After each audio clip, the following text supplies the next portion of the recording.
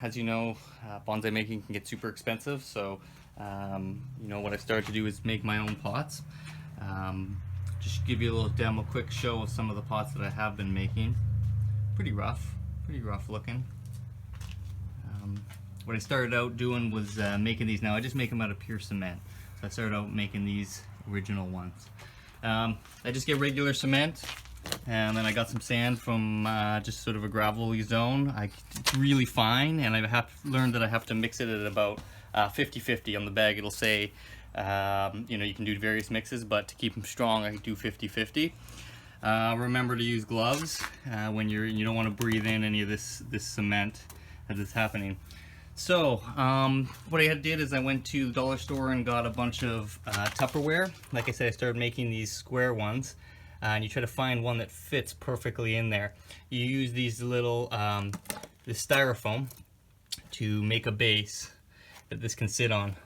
And you want to get these styrofoams as flat as you can. These ones aren't perfectly leveled, but you want them as level as you can. You mix your cement. You put your styrofoam in there, and then you place it on there.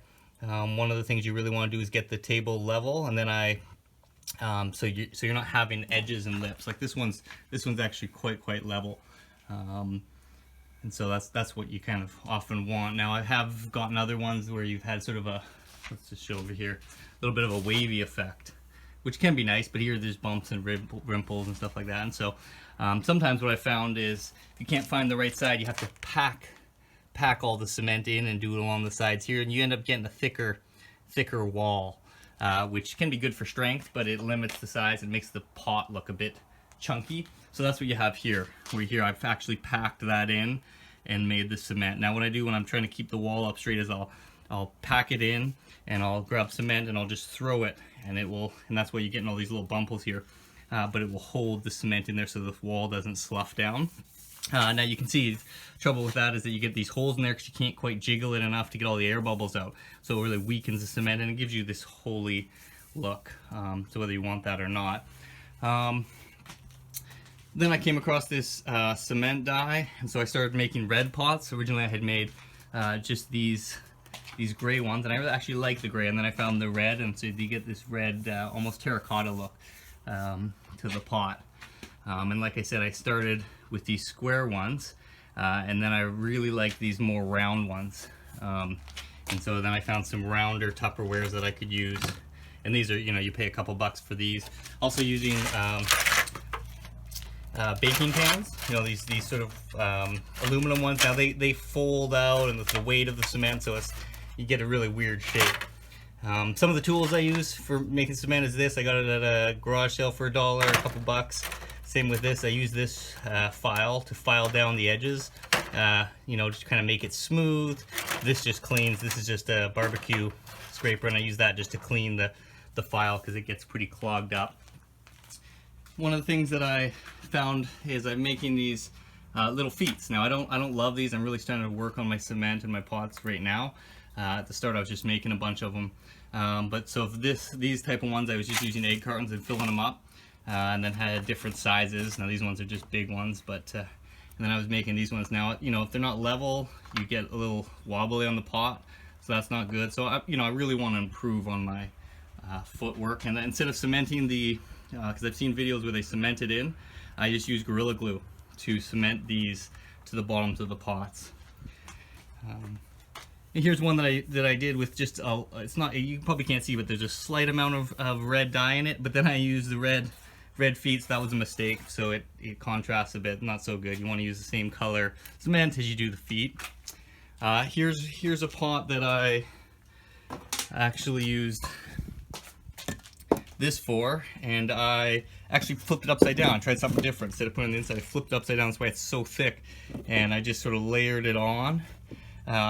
Which, okay, really hard to get out because of these cement fell in there, and I actually broke it a bit, so I've got some Gorilla Glue in there, gluing that in. Here's one of those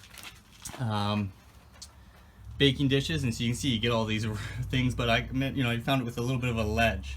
Now this is quite delicate, so when I was filing this down a bit, And I still want to do some more filing work. Like I don't love all this rough stuff. I like it when it's a little bit smoother. You can get this kind of smooth smoother edge, which is nice. But I broke off an edge there, so that's that. This is a nice pattern. This was actually one of these pots that you get they're meant for in the pond or underwater. Now I had placed it on the outside, but then it just dripped off too much and it starts off, so I put the whole thing back on all the cement back on the inside and layered it. Now, because of all the holes, I had to break the pot to do it.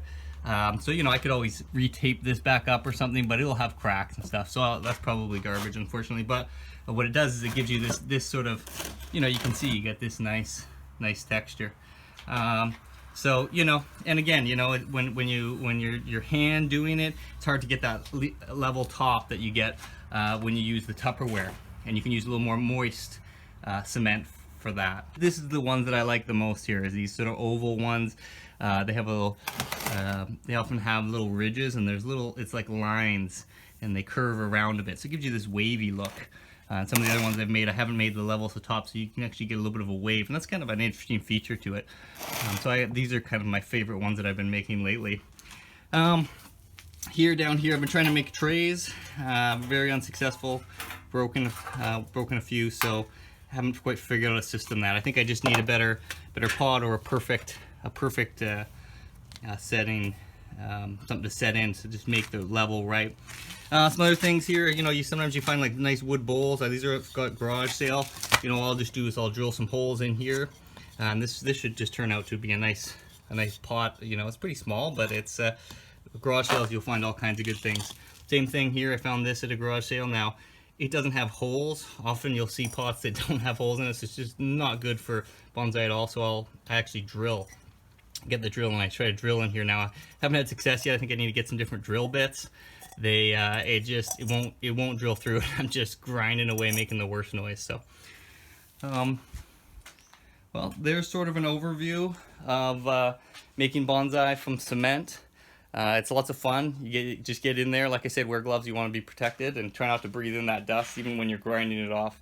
But I really find it rewarding, making all your own, collecting your own bonsai, making your own pots, getting your own dirt, collecting your own dirt. You start to get a feel for all of the components of it, and you really know, and it starts to personalize it. It makes it all your own, and I just love that. Oh, here's one more thing. When I was at the bonsai store, these little figurines I saw.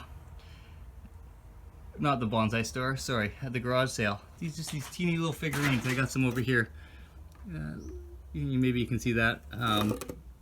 Anyways, I just got them for $1 each. I thought, throw them in. Something a little different for the bonsais. Well, thanks for watching, and press like and subscribe. Kootenay Bonsai. So, a little update on my pot making. So I made a couple pots just yesterday. What I really did was I shook it out a lot more, and so you can see there's no bubbles in here like the other pots have. You know, there's a little occasional one, but way less. So I just shook it out a lot more. One of the disadvantages of shaking it out is that my styrofoam in here that was creating my drainage, they moved. So you can see these ones shuffled way in, and so that's a little strange. Hopefully that can hold there. Probably won't over time, but it might. And same with this one. You can see this one, both of them migrated to the outside, so this one hit into the side. I think they'll be okay.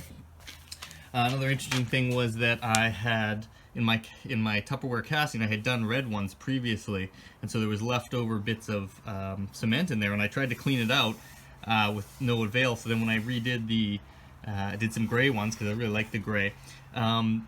This red cement kind of attached itself to the bonsai pot, which actually I really like how it turned out. It almost looks like it was glazed, and then it's just got this aged look to it, as though just time has worn away the glaze, which is just nice.